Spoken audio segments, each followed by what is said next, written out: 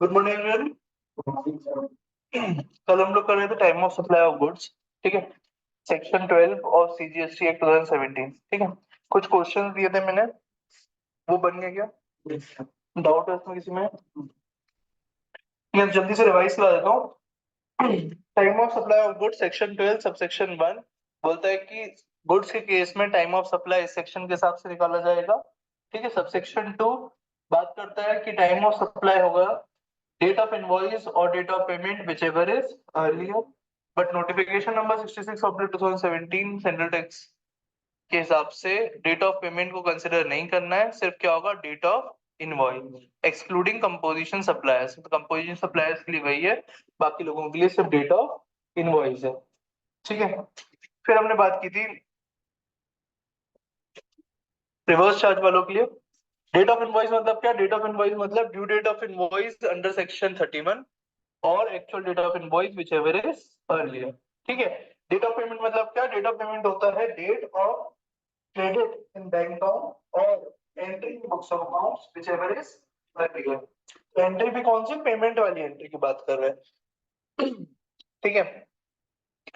Due date क्या होती है इनवॉइस इशू करने की? तो हमने पढ़ा जब सप्लाई इन्वॉल्व्स मूवमेंट, तो रिमूवल के पहले आपको इनवॉइस इशू करनी है ऑन और before removal of goods. Where supply does not involve movement of goods, तो जब आप मेक अवेलेबल करा रहे हो उसके पहले आपको इनवॉइस इशू करना है।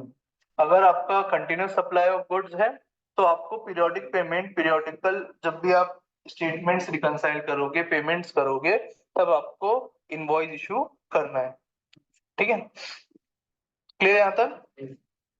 उसके बाद हमने रिवर्स चार्ज मैकेनिज्म पढ़ा था। रिवर्स चार्ज मैकेनिज्म में रेसिपिएंट इज लायबल टू पे tax to the government.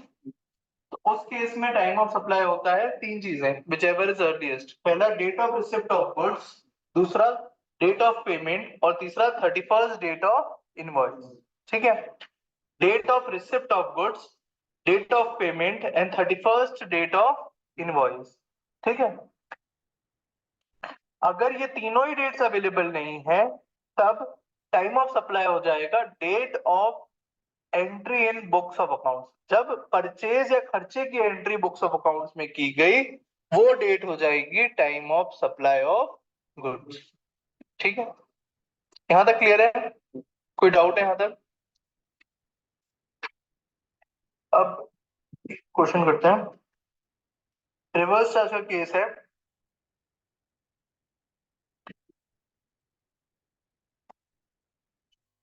Reverse charge का केस है। डेट ऑफ पेमेंट है 18 June 2024। Date of receipt of goods है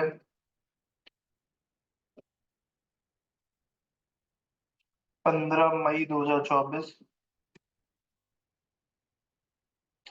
and date of issue of invoice, date of issue of invoice by the supplier,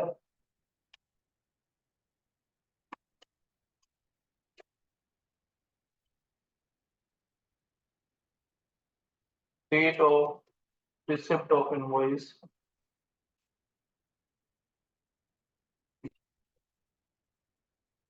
You have to find out what is the time of supply. Reverse charge mechanism का case है। You have to find out what is the time of supply. Second date of issue. Second. Second. Second. तो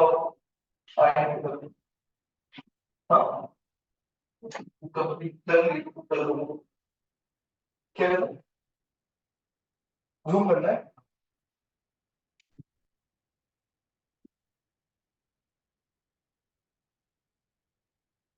बस।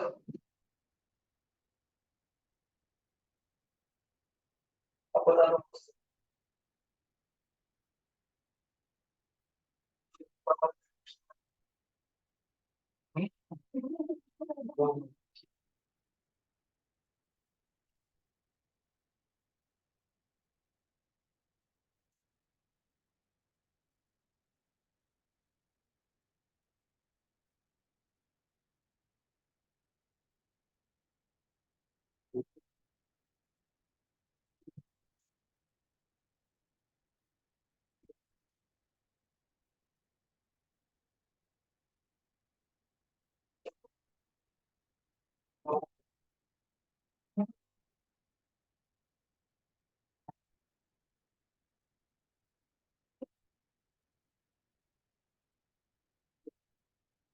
क्या होगा?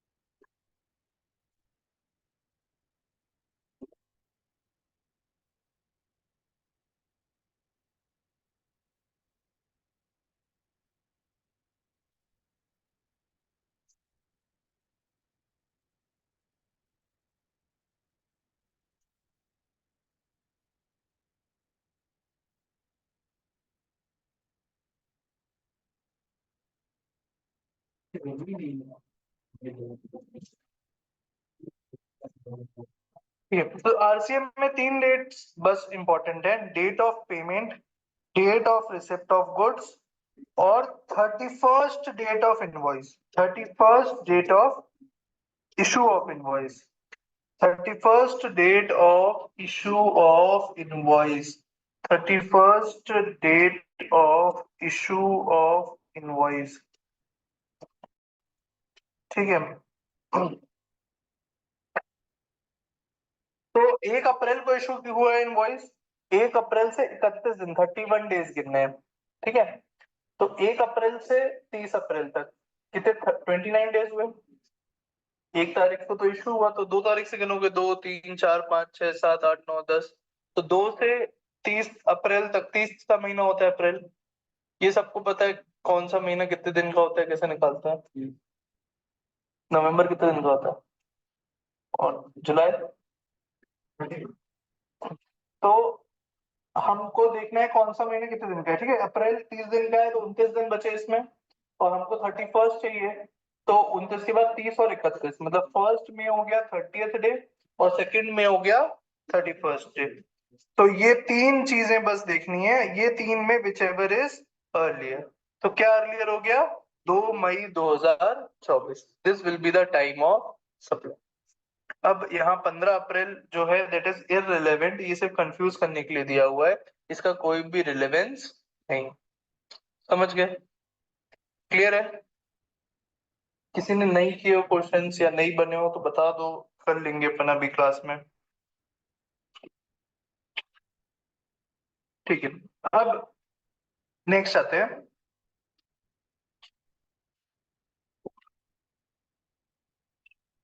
In case of supply of vouchers by supplier, third category जो है time of supply में, that is supply of vouchers. इसके लिए अलग प्रोविजन क्यों है, व्हाट इज वाउचर, ये समझते हैं पहले। ठीक है, सपोज मुझे किसी को गिफ्ट देना है, ठीक है, बट मैं समझ नहीं पा रहा हूँ मुझे क्या गिफ्ट देना है। ठीक है, मेरा 1000 रुपए तक का बजट है, बट मुझे समझ में नहीं आ रहा है मैं क्या गिफ्ट दूँ। ठीक है, तो मेरे पास ऑप्शन है कि मैं उसको गिफ्ट वाउचर दे दूं। एक गिफ्ट वाउचर होता है, अमेजोन का गिफ्ट वाउचर, फ्लिपकार्ट का गिफ्ट वाउचर, हर कोई कंपनी की गिफ्ट वाउचर आता है। ठीक है, श्री शिवम का भी आता है, वहां जाओगे गिफ्ट वाउचर ले लो वहां से, तो गिफ्ट वाउचर दे दो। तो गिफ्ट वाउचर देने से क्या होगा, वो पर्सन अपनी पसंद का सामान वहां जाके खरीद लेगा और वो इनकैश करा लेगा। 1000 रुपए नगद दोगे तो अच्छा नहीं लगेगा, तो इससे अच्छा क्या दे दो, गिफ्ट वाउचर। समझ रहे हो।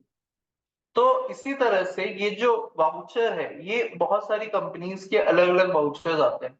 ठीक है, सपोज वीएलसीसी है, तो उसका वाउचर आएगा कि ये सिर्फ आप हेयर कटिंग के लिए यूज कर सकते हो। ठीक है, तो वो स्पेसिफिक सर्विस के लिए हो गया। अमेजोन का वाउचर है, तो उससे कोई भी सामान आप खरीद सकते हो। इलेक्ट्रॉनिक्स का सामान खरीद लो, कपड़े खरीद लो, 5% का खरीद लो, 12% जीएसटी का खरीद लो, 28% जीएसटी का खरीद लो, कोई भी सामान खरीद लो। इंडिगो का वाउचर आता है, उसमें आप फ्लाइट टिकट बुक कर सकते हो, कहीं से कहीं तक की भी। समझ रहे हो कंसेप्ट वाउचर का। तो जीएसटी जो लॉ मेकर है उसने देखा कि ये एक नया टाइप का ट्रांजैक्शन या नया टाइप का इवेंट क्रिएट हो रहा है, which is supplying of vouchers. जब मैंने आपको 1000 रुपए का अमेजोन का वाउचर दिया, क्या मैंने आपको कोई गुड्स दिए क्या। Have I supplied some goods to you? Have I supplied some services to you? What is voucher? Voucher है क्या? Goods है या services है?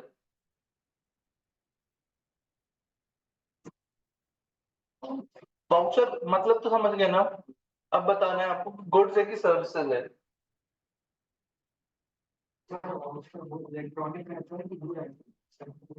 कुछ भी हो सकता है, फिजिकल वाउचर भी हो सकता है, और मैं आपको इलेक्ट्रॉनिकली एक कूपन कोड दे देता हूँ, दैट इज वाउचर। कि आप कोई भी परचेज कर रहे हो तो वो कूपन कोड लगा दो, तो आपको उतना ऑफ हो जाएगा, मतलब उतना अमाउंट लेस हो जाएगा। ऑफ नहीं होगा, मतलब लेस हो जाएगा। सपोज 1200 का कोई आइटम परचेज करते हो आप, 1000 रुपए का वाउचर है आपके पास, तो वो कोड डाल दो आप, तो आपको 1000 लेस हो जाएगा, 200 रुपए बच देंगे। What is voucher?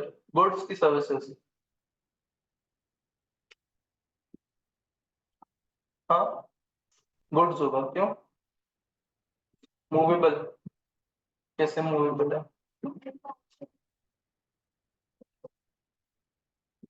हाँ, यूज कर सकते हैं तो फिजिकल फॉर्म जरूरी नहीं है ना होना, जैसे वो बोल रहे इलेक्ट्रॉनिक कूपन कोड मिल गया, तो फिजिकल फॉर्म तो है ही नहीं, मूवेबल कैसे होगा?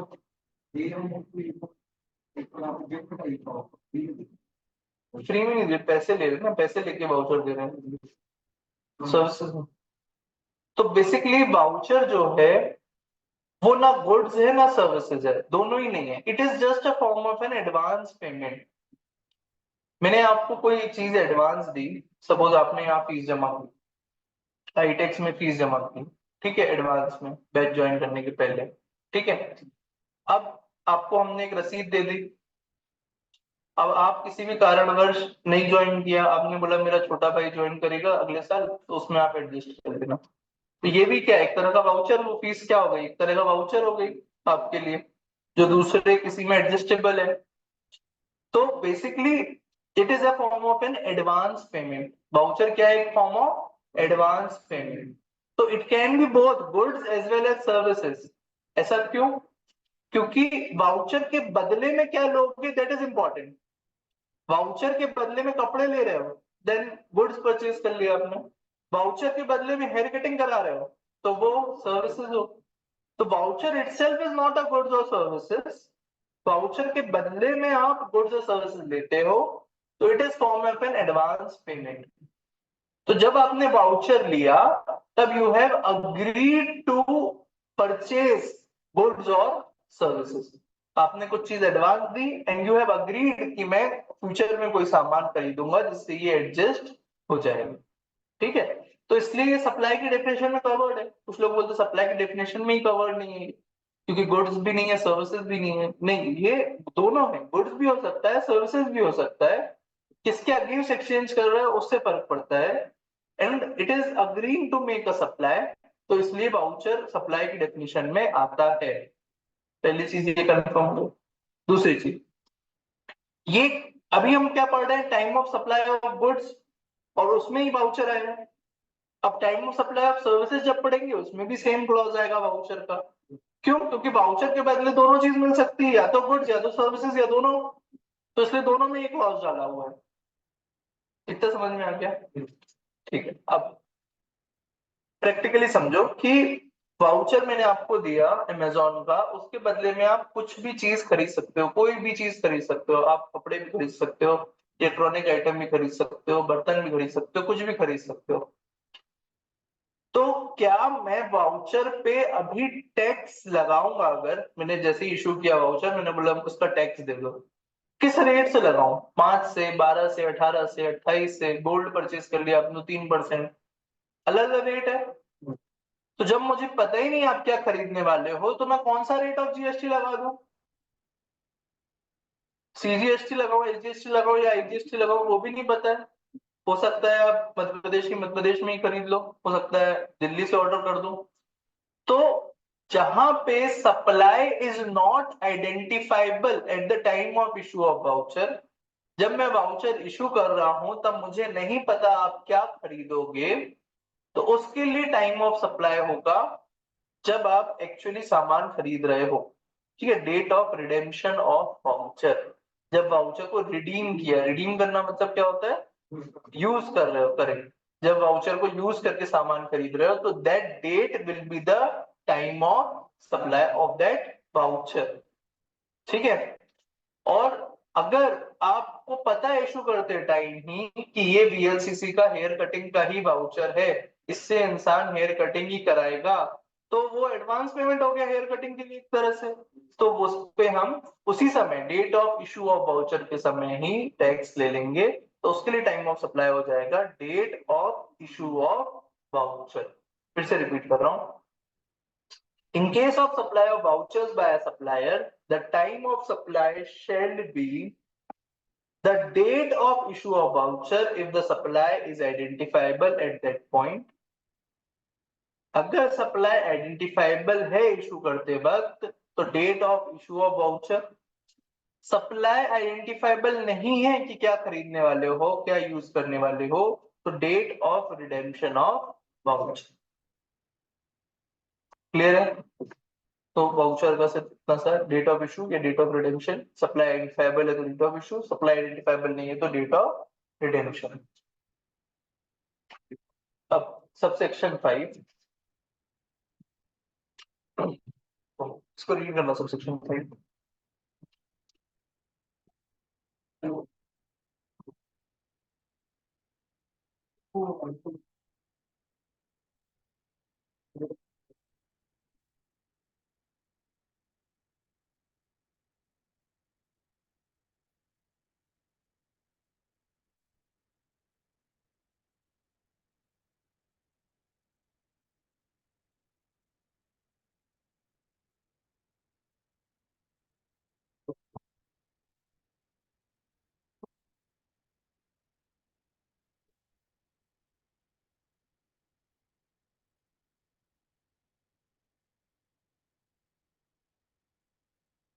सबसेक्शन 5 पे आते हैं।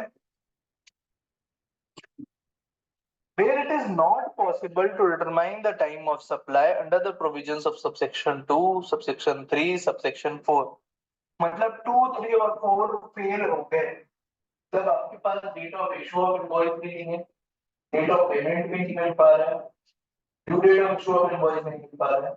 तो जैसे रिवर्स चार्ज में तो हमने एक रेसिडुअल प्रोविजन पढ़ लिया था कि अगर वो तीनों डेट नहीं मिली तो हम क्या लेंगे, date of entry in books of accounts, ठीक है। लेकिन फर्स्ट प्रोविजन जो हमने पढ़ा था फॉरवर्ड चार्ज वाला, उसमें ऐसी कोई डेट नहीं पड़ी, रेसिडुअल प्रोविजन वाउचर्स में भी नहीं पड़ी, तो उन तीनों में भी कर दिया। उसके लिए भी बोला कि date of entry in books भी नहीं है, तो क्या करोगे, सपोज कोई बुक्स ऑफ अकाउंट से मेंटेन नहीं कर रहा है तो डेटा कंट्री बुक्स भी नहीं मिल पाएगी। और अगर ये डेट्स नहीं मिल पाई तो क्या होगा, मैंने कल बताया था आपको, टैक्स ही वसूल नहीं कर पाऊंगा मैं। अगर मैं time of supply he determine नहीं कर पाया तो I can not collect tax from the supplier, the recipient, because I have failed to determine the time of supply. कब टैक्स देना था यही डिटरमाइन नहीं कर पाया मैं। तो ये लिखा है, the time of supply shall be in a case where periodical return has to be filed। periodical return मतलब कुछ जैसे इनकम टैक्स रिटर्न फाइल करते हैं वैसे जीएसटी में भी रिटर्न्स फाइल करते हैं। बेसिकली क्या है, सेल्फ असेसमेंट टैक्स है ये। सेल्फ असेसमेंट टैक्स क्या होता है, ये कौन बता पाएगा सरकार को कि मैंने कितना सामान बेचा है। बेस्ट पर्सन कौन है ये बताने के लिए कि मैंने कितना सामान बेचा है साल भर में। मेरा पड़ोसी बता सकता है क्या, मेरा कॉम्पिटिटर बता सकता है क्या? बेस्ट पर्सन कौन है बताने के लिए, मैं खुद, जो बेच रहा है, सप्लायर। तो गवर्नमेंट ने उसकी जिम्मेदारी लगा दी कि भाई तुम ही कबूल कर लो तुमने कितना सामान बेचा है, कितना जीएसटी तुमको पे करना है। खुद ही हिसाब किताब करके हमको बता दो तुम्हें कितना जीएसटी पे करना है, कितना सामान बेचा है, कितना खरीदा है, कितना आउटपुट है, कितना इनपुट है, खुद ही हिसाब किताब करके बता दो। फिर हम कुछ लोगों को सैंपल बेसिस पे उठा लेंगे, उनको देखेंगे उन्होंने सही किया है कि नहीं किया, या हमको कोई इंफॉर्मेशन मिलेगी कि ये आदमी चोर है, इसने गलत जानकारी दी है, तो हम उसके खाते चेक करेंगे, ठीक है। तो किसी भी कंट्री में इट इज नॉट पॉसिबल कि गवर्नमेंट हर एक का हिसाब किताब लगा पाए, इसने कितना सामान बेचा, कितना खरीदा, कितनी इनकम हुई। तो टैक्सेशन सिस्टम कैसे मूव होता है? On self assessment basis. खुद इंसान को असेस करके बताना पड़ता है कि उसकी कितनी इनकम है, कितना टैक्स है, कितना जीएसटी है, कितना सेल्स है। गवर्नमेंट फिर कुछ लोगों को चेक करके उनको पेनलाइज करती है अगर उन्होंने फॉलो नहीं किया तो। ठीक है, ताकि बाकी लोग डर से सही जानकारी दें। ठीक है, तो यहाँ पे क्या बोला है कि जहां आपको पीरियोडिकल रिटर्न फाइल करना है, मतलब रजिस्टर्ड व्यक्ति को पीरियोडिकल रिटर्न फाइल करना है, तो जहां जहां पीरियोडिकल रिटर्न फाइल करना है, पीरियोडिकल मतलब हो सकता है महीने में, हो सकता है 3 महीने में, हो सकता है साल भर में, कैसे भी। पीरियोडिकल, पीरियोडिसिटी डिफाइन नहीं की है यहाँ पे। ठीक है, the date on which such return is to be filed, तो अंडरलाइन कर लो, लिख लो, due date of filing of return. Is to be filed मतलब due date of filing of return.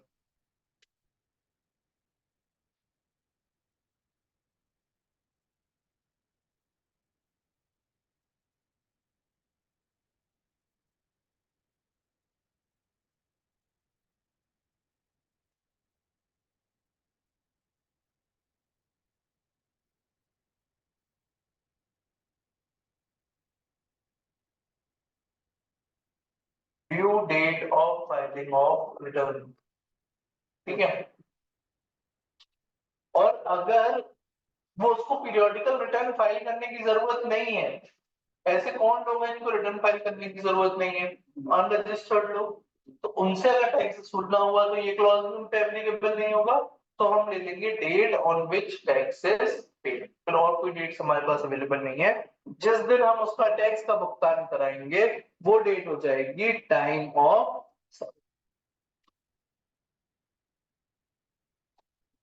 Date on which taxes paid.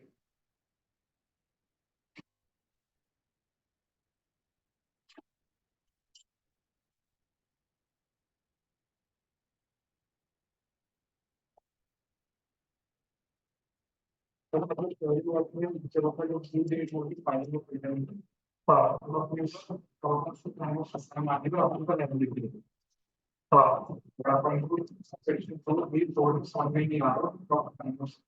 हम्म।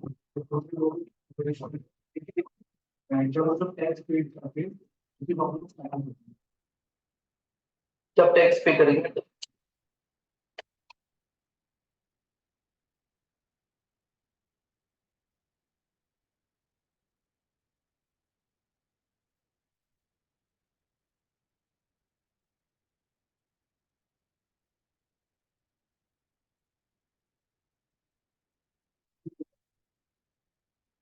हाँ, मैंने पिछली बार बनवाया था ना, ये चार्ट फिर से बना रहा हूँ। आरसीएम दो ही बनाए थे तो बाकी कंप्लीट कर दूंगा उसको।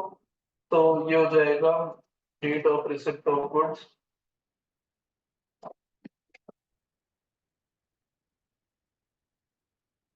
डेट ऑफ पेमेंट,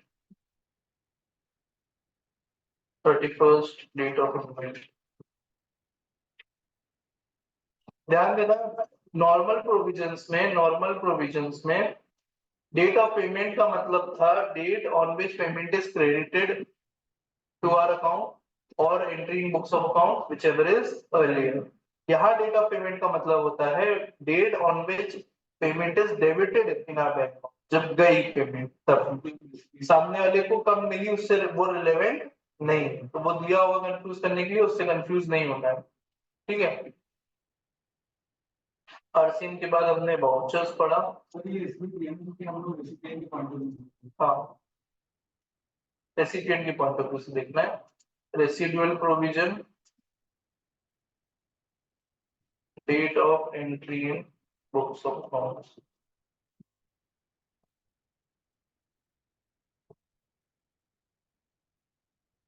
अर्सिन के बाद vouchers, date of issue, if supply is identifiable, date of redemption, other days.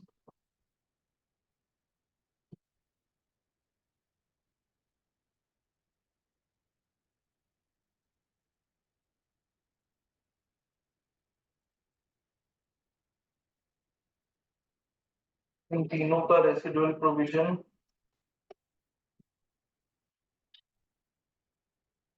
Date of return return has to be filed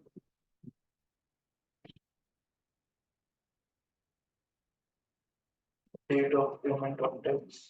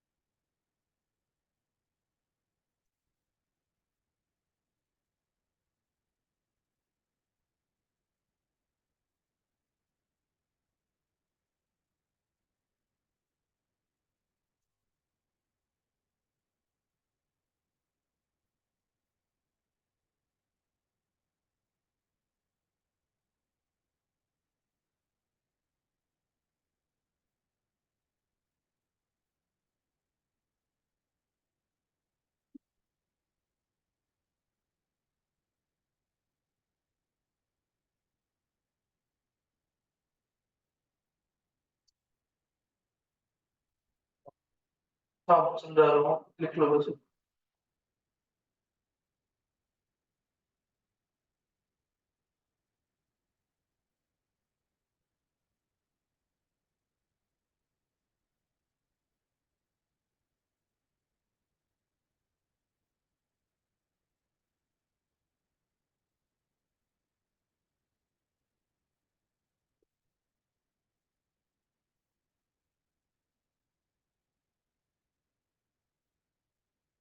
ये पूरा टाइम सप्लाई की समरी और केस में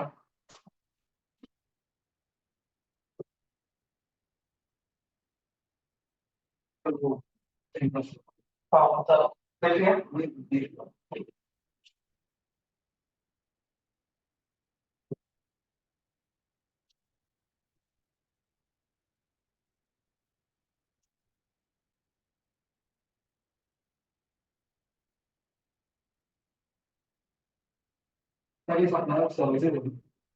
नहीं, ये सब सप्लाई ऑफ नोट्स है, एंड वाला भी सप्लाई ऑफ नोट्स है।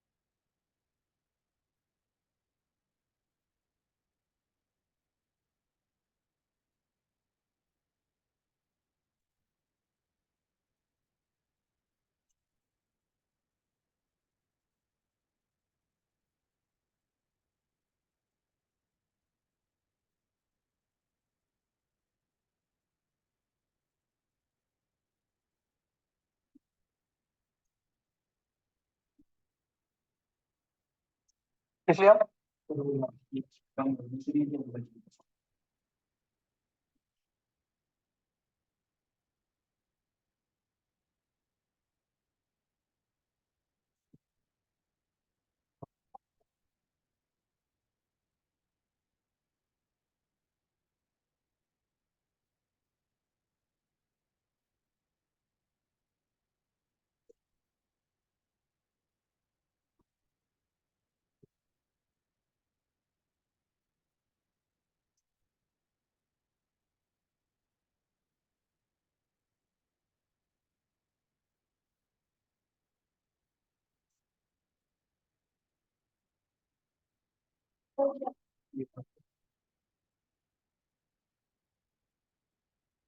ये लास्ट वाला पॉइंट समझते हैं। तो समझने के लिए पहले एक स्टोरी समझते हैं। ठीक है। अब लोगों की जो सप्लायर्स हैं, उनकी जिंदगी का सिर्फ एक उद्देश्य होता है, कैसे हम जीएसटी बचाएं, ठीक है, या जीएसटी चुराएं। दोनों अलग अलग है, ठीक है। टैक्स प्लानिंग और टैक्स इवेजन। एक होता है टैक्स प्लानिंग, दूसरा होता है टैक्स इवेजन। दोनों में अंदर क्या है? एथिक्स का। एथिकली कर रहा हूँ तो टैक्स प्लानिंग है, अनएथिकली है तो इवेजन है। जो एक्ट में प्रावधान दिए गए हैं उसका फायदा उठा रहे हो अगर लीगली, तो टैक्स प्लानिंग है। लेकिन जबरदस्ती अपना ट्रांजैक्शन जो नहीं है वो बता के गलत फायदा उठा रहे हो तो टैक्स इवेजन है। ठीक है। तो मैं परचेज कर रहा हूँ एक लैपटॉप, 50,000 रुपए का लैपटॉप है। जीएसटी का रेट 18% है सपोज, 59,000 का हो गया। ठीक है। I am purchasing a laptop off 50,000 rupees, GST 9,000 रुपए, उसमें 59,000 रुपीज हो गया। मुझे लग रहा है 9,000 बहुत ज्यादा है, सरकार को नहीं देना चाहिए 9,000 रुपए। ठीक है। तो मैं तरीके ढूंढूंगा कैसे ये 9,000 बचाऊं। ठीक है। सप्लायर भी ढूंढता है, खरीदने वाला भी ढूंढता है। ठीक है। तो क्या हुआ एक दिन कि ये 59,000 मैंने परचेज किया था लैपटॉप 1 मई 2024 को, और उसने मुझे पेमेंट बोला था कि 10 तारीख तक आप पेमेंट कर देना। ठीक है। किसी कारणवश मैंने पेमेंट 10 तारीख तक नहीं कर पाया। ठीक है। उसने मांगा, मैंने बोला दे दूंगा 2-3 दिन में, फिर 2-3 दिन, फिर 2-3 दिन, ऐसे चलता गया। और फाइनली मैंने उसको 10 अगस्त 2024 को पेमेंट की। ठीक है। मैंने क्या किया, उसको लटकाते लटकाते 3 महीने बाद पेमेंट किए। ठीक है। जब वो बहुत परेशान हो गया, बोला कि मैं लैपटॉप ही ले जाऊंगा उठा के, तो मैंने बोला कि ठीक है भाई, पैसे ले गए अब तो। ठीक है। तो 10 अगस्त को मैंने पैसे दे दिए उसको। ठीक है। तो अब 10 अगस्त को जब मैं पैसे दे रहा था तो बोला भैया 59,000 में अपनी बात हुई थी, 59,000 दिए मैंने उसको। बोला नहीं नहीं, ये जो 3 महीने आपने डिले किया है पेमेंट, इसका आपको इंटरेस्ट लगेगा। हमने इनवॉइस में देखो लिखा हुआ है कि आपने अगर 10 तारीख तक पेमेंट नहीं किया, 10 मई तक, तो आपको 18% रेट से इंटरेस्ट लगेगा। ठीक है। तो मैंने बोला यार पहले बता देते तो पहले ही पेमेंट कर देता मैं। ठीक है।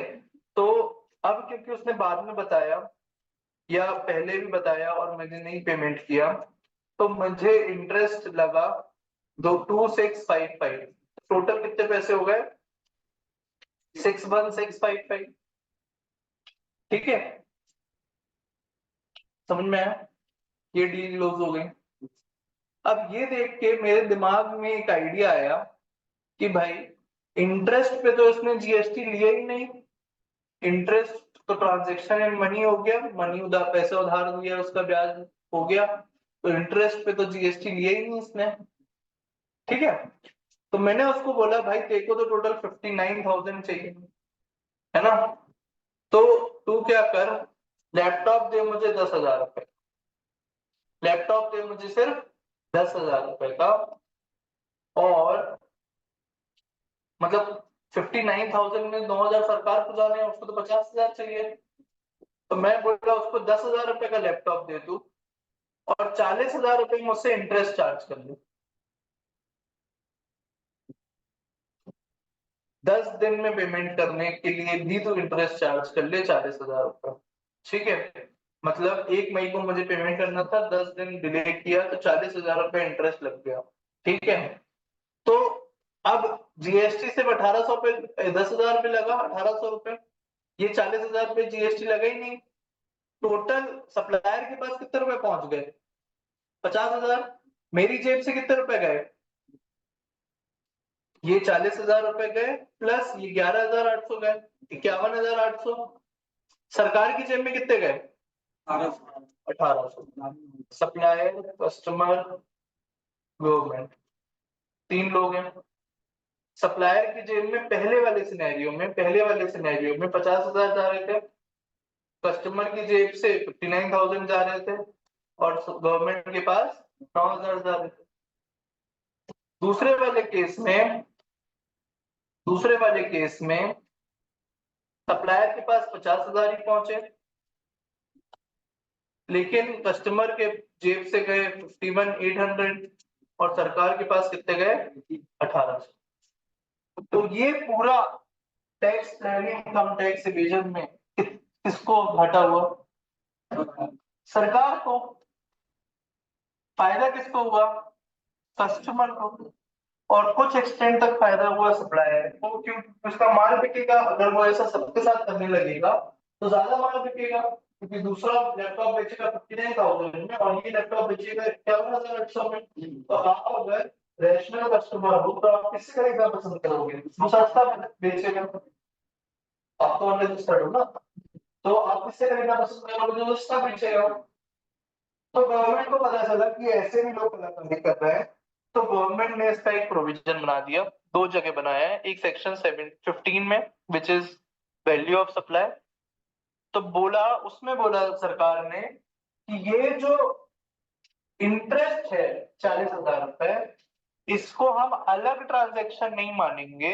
इस 40,000 को हम लैपटॉप की कीमत का ही हिस्सा मानेंगे। अब इंटरेस्ट बस लिखते तो लोग इंटरेस्ट का नाम बदल के लेट फीस लिख देते, लेट फीस हटा के पेनल्टी लिख देते। तो क्या लिख दिया उन्होंने? Interest late fee penalty by whatever name called. उसको आप कुछ भी नाम दे दो, उसको नाम दे दो आप XYZ चार्जेस, तो भी हम उस पे जीएसटी लगा देंगे। क्यों? क्योंकि वो चार्जेस लिए आपने for delayed payment of consideration. वो चार्जेस लगे किस लिए होने चाहिए? Delayed payment of consideration. किसी और वजह से आपने वो चार्जेस लगाए, सपोज डिलीवरी टाइम पे नहीं दे पाए, डिलीवरी जल्दी दे दी तो उसका कुछ इंसेंटिव बन गया, कोई दूसरा कारण था, तो हम नहीं लेंगे, उसको ऐड करेंगे। कब ऐड करेंगे? सिर्फ जब वो डिलेड पेमेंट ऑफ कंसिडरेशन की वजह से आपको कुछ पैसा रिसीव होना है, तो वो पैसे को भी हम वैल्यू ऑफ सप्लाई मान लेंगे। ठीक है, यहां तक क्लियर है?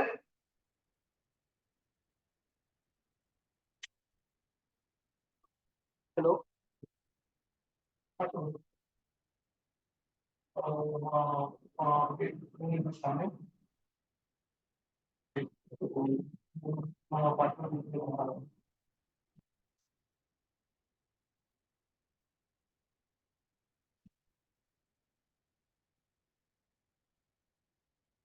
ठीक है,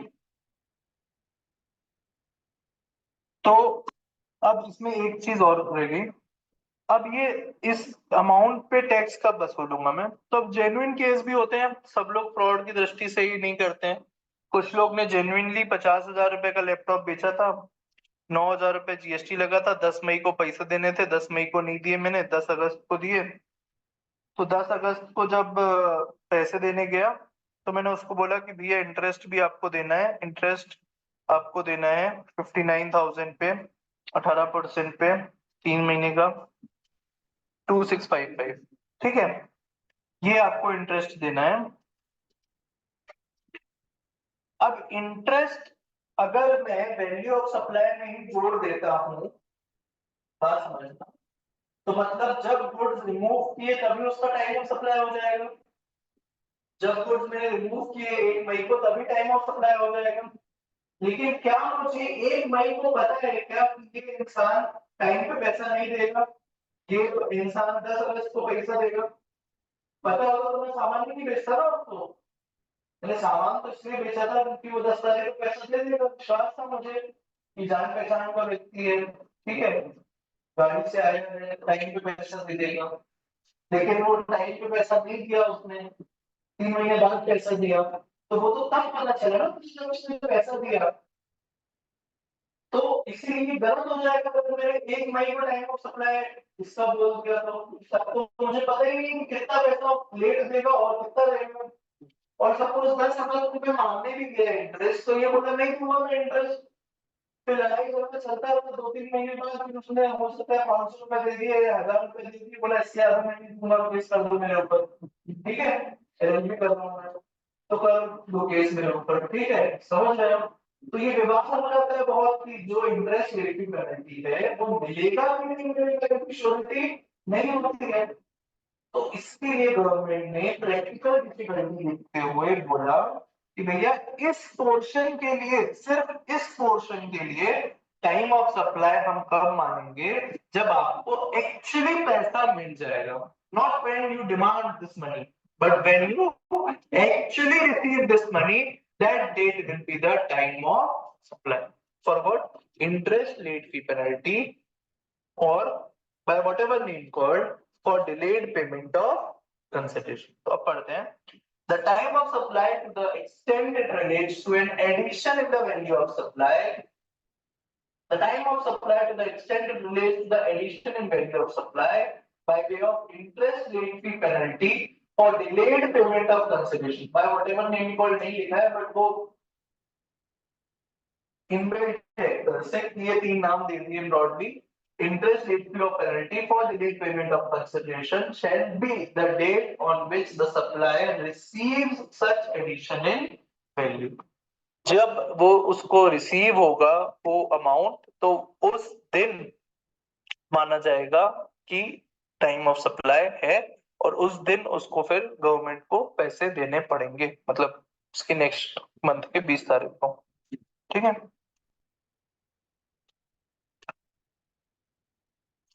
हाँ, कि देखो क्या है कि जो इंटरेस्ट मिल रहा है मुझे, वो कंसिडरेशन है लैपटॉप बेचने का, तो गुड्स ही है, मतलब ये अलग सप्लाई नहीं है ना, सेपरेट नहीं है. अगर मैंने तुमको पैसे दिए होते और ब्याज ले रहा होता तो then it is service, but मैं यहाँ लैपटॉप बेच रहा हूँ, उसका पैसा ले रहा हूँ तुमसे, उस पे कुछ एडिशन ले रहा हूँ, तो दैट इज गुड्स. ठीक है, क्लियर है यहाँ तक?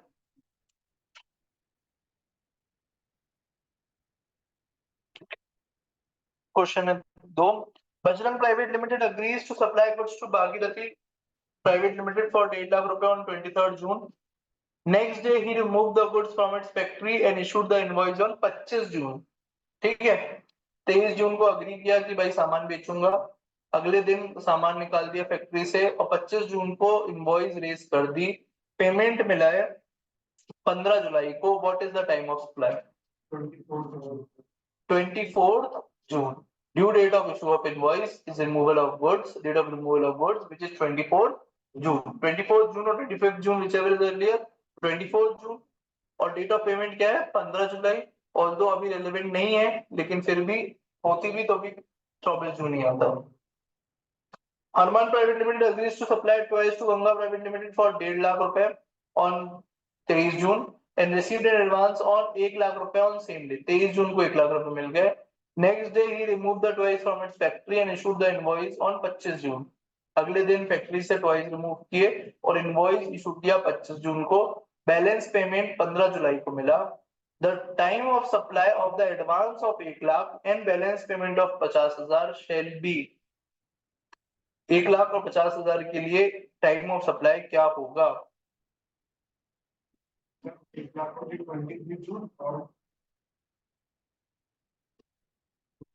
बचेगा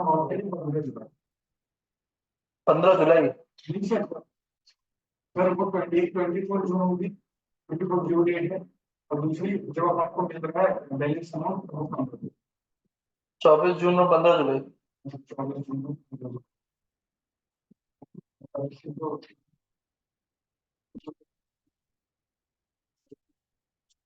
23 जून और 15 जुलाई date of payments.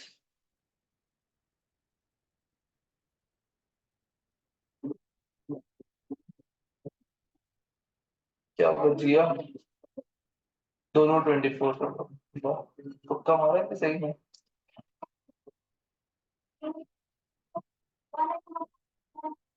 Correct. Payment वाला क्लॉज तो हट गया है, तो सिर्फ डेट ऑफ इनवॉइस देखना है, ड्यू डेट और actual date whichever is earlier. तो 23 जून और 24 जून, सॉरी 24 जून और 25 जून विच एवर इज अर्लियर, तो क्या हो जाएगा 24 जून।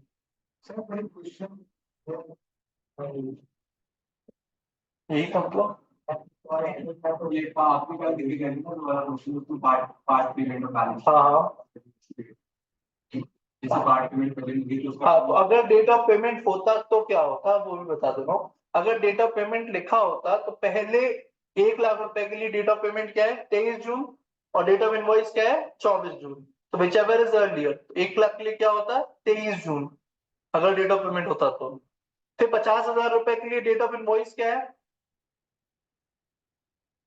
डेट ऑफ इनवॉइस 24 जून, और डेट ऑफ पेमेंट क्या है 15 जुलाई, विच एवर इज अर्लियर, तो क्या होता है 24 जून। तो 1 लाख के लिए 23 जून और 50,000 रुपए के लिए 24 जून। ये होता अगर डेट ऑफ पेमेंट होता तो, कंपोजिट सप्लाई होता तो। कोई आंसर उसका आंसर लगा कुछ कारण से आरसीएम का तो है डेट ऑफ पेमेंट अभी भी जिंदा। ठीक है, ये क्लियर है। इसको स्टार मार्क कर लो इस क्वेश्चन को। ठीक है, पेज नंबर है 6.16। अगर क्वेश्चन में कुछ नहीं दिया होता तो इसके ऊपर assuming that is not a composition supply. हाँ, वो लिख दोगे तो बेस्ट हो जाएगा, नोट लिख के। Here you have assumed the supplier is not registered in the composition scheme. हमेशा नॉर्मल assumption नहीं लेना, कभी ये ऐसा assumption मत लेना कि he is registered under composition scheme, क्योंकि वो exceptional केस है, तो वो जब तक दिया ना हो assume मत करना। इलस्ट्रेशन 3 ये अलग किया था क्या?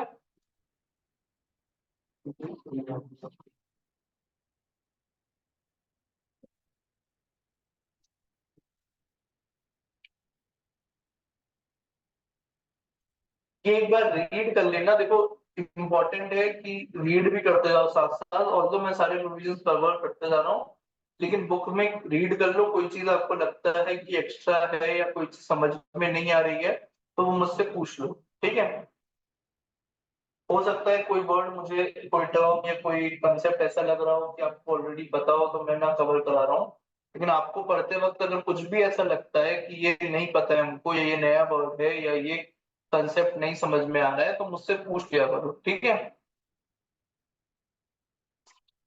तो क्योंकि ये जो है ना पूरा जीएसटी हमको फाइनल में भी काम आने वाला है। ठीक है, तो इस तरह से पढ़ो कि हमको वहां तक काम आ जाए ये चीजें। ठीक है, ऐसा मत पढ़ो कि बस एग्जाम देना है, रट लिया 2 दिन पहले और एग्जाम में लिख के आ गए। ठीक है, अगर अंडरस्टैंडिंग के साथ पढ़ोगे तो फाइनल में इतना कम पढ़ना पड़ेगा, ये समझो। ठीक है, जितना कम अभी से होता जाए आपका सिलेबस वो अच्छा है। इनकम टैक्स भी आपका पूरा पूरा फाइनल में है, पूरा पूरा मतलब ये प्रोविजंस अप्लाई होंगे, वहां जो प्रोविजंस पढ़ोगे वो एडवांस प्रोविजंस है, उसमें ये सब अप्लाई होगा। वैसे ही ये भी सब अप्लाई होगा वहां जो पढ़ोगे उसमें। हमने फाइनल के पेपर देखे थे ना, उसमें क्वेश्चंस थे, तो बाकी क्वेश्चंस भी देखोगे तो ये सब अप्लाई हो रहा है उनमें। ठीक है, तो वहां पे दोबारा ना पढ़ना पड़े, सिर्फ रिवाइज करो तो समझ में आ जाए। ठीक है, तो इसलिए ये अच्छे से पढ़ते जाओ डिटेल्ड में, और जो भी चीज समझ में ना आए पूछते जाओ। ठीक है, तो मैं आपको बताते जाऊंगा कि क्या चीज क्यों है कैसे है। ठीक है, तो गुड्स से रिलेटेड आप सारे क्वेश्चंस कर लेना और इसकी रजिस्ट्रेशन कर लेना। कल हम time of supply of services करेंगे। ठीक है, हाँ कहाँ तक मतलब goods, time of supply of goods के जितने भी क्वेश्चन है ना वो। सर वो सेक्शन ड्राइंग सब्सक्रिप्शन पूरा फर्स्ट सेक्शन में नेचर 1,000 रुपए तक वाला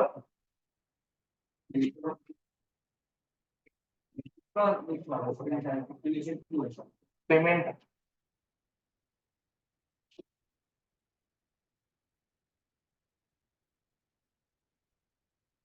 सब सेक्शन 2 का एक्सप्लेनेशन 1 है supply shall be deemed to have been covered, और 2 है date of payment. Date of payment वही है कि डेट जब बुक्स में एंटर किया, जब खाते में आया, विच एवर इज अर्लियर। दो ही एक्सप्लेनेशन है इसमें, एक तो भी जो